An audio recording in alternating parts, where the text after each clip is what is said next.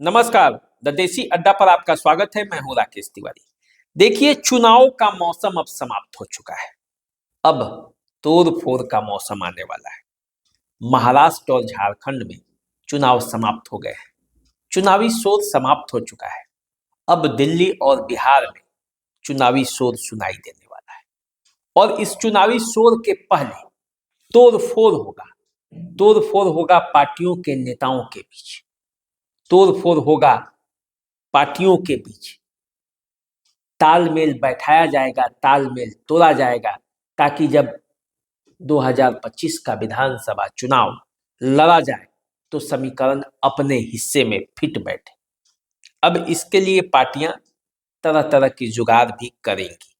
बिहार जहां पाला बदलने के मामले में देश भर में प्रचलित है, यहाँ तो सरकार ही पाला बदल लेती है, तो नेताओं को कौन कहे।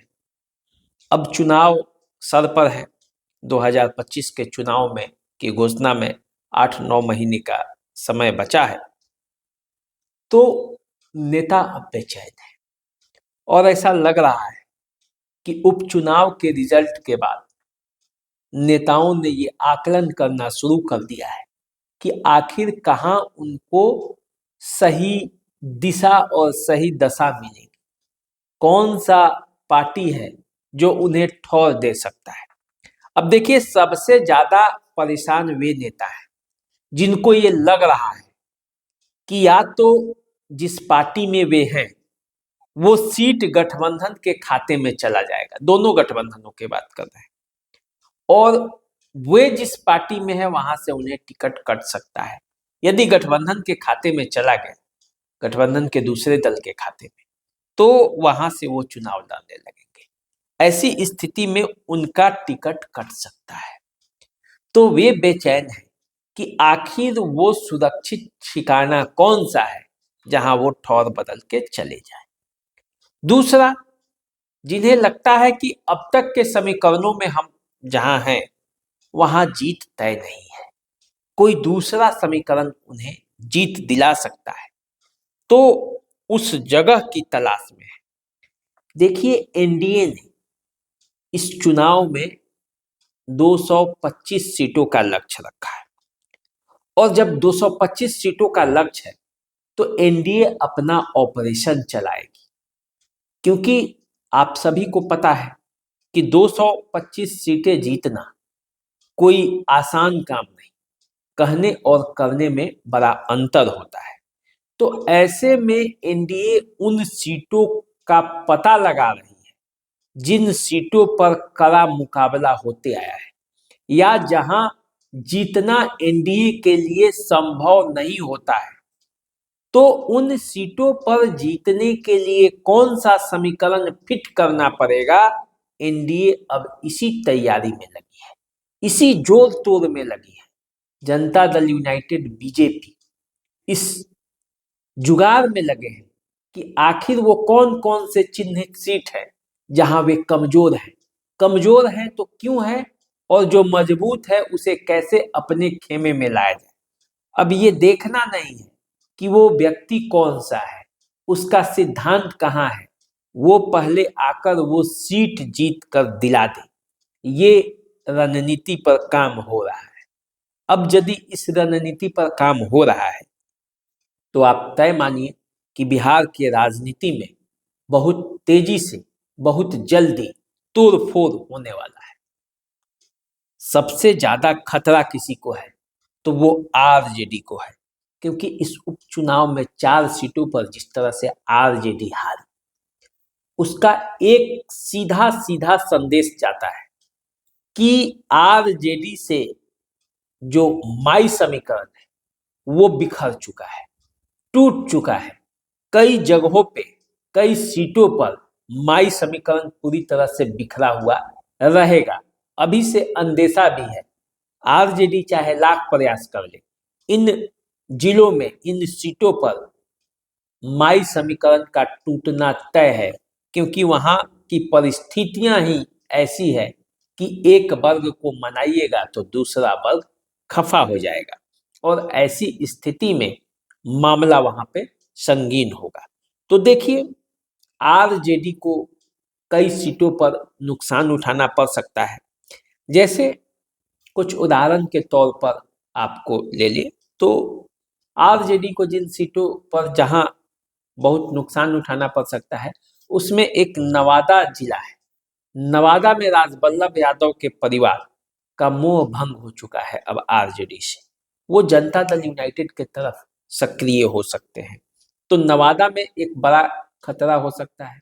फिर जो जो लोग लोकसभा के चुनाव में आरजेडी का विरोध कर चुनाव लड़ गए थे, वो भी जनता दल यूनाइटेड में आ सकते हैं, चिराग पासवान की पार्टी में जा सकते हैं। जहां से उन्हें विकल्प मिलेगा वहां वे जा सकते हैं। देखिए, सिवान दूसरा सीट हो सकता है जहां माई समीकरण में टूट संभव है। यहाँ पहले भी माई समीकरण टूटता रहा है, अब भी वही संदेशा है, अब भी वही अंदेशा भी है, क्योंकि हिना साहब और ओसामा साहब यहाँ अब बागडोर आरजेडी का संभाल रहे हैं। तो वाजिब है कि यादव वर्ग जो है वहाँ का, जो शुरू से ही कभी अमरनाथ यादव को तो कभी ओम प्रकाश यादव को तो कभी अवध बिहारी चौधरी को वोट करते आया है, वो टूट सकता है, बिखर सकता है। फिर सीमांचल में तेजस्वी के लिए काफी मुश्किलें हैं, पूर्णिया में मुश्किलें हैं, कोसी के कई इलाके हैं जहां आरजेडी को मुश्किलें हो सकती हैं। चिराग पासवान के पार्टी में भी उठापटक है। चिराग पासवान के पार्टी में उठापटक इसलिए है क्योंकि वहां टिकटों की कमी है, लड़ने वालों की संख्या अधिक है। लोकसभा चुनाव में जिस तरह से टिकट 5 ही मिले थे और कई नेता नाराज हो गए थे, उसी तरह विधानसभा में भी वैसी स्थिति आने वाली है। कई नेता तो अभी से ही मौसम का मिजाज भांप चुके हैं, वो दूसरे पार्टियों के संपर्क में है जहां से वहां उनको टिकट मिल जाए। देखिए, जदयू में भी गुटबाजी है।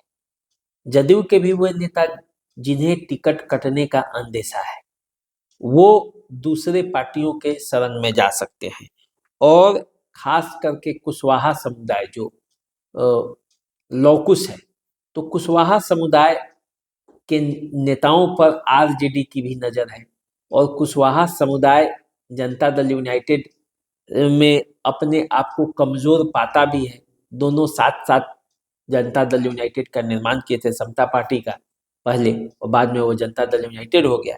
लेकिन जो हिस्सेदारी और मिलना चाहिए था वो कुशवाहा समुदाय को नहीं मिलता है, ऐसा आरोप उनके नेता लगाते रहे हैं। तो देखिए, उनका भी रुख कहीं बदल सकता है। बीजेपी के भी कई नेता हैं जो जिन्हें यदि टिकट नहीं मिला तो वे अपना पाला बदलेंगे, लेकिन वो अंतिम समय में होगा, उनकी संख्या कम हो सकती है।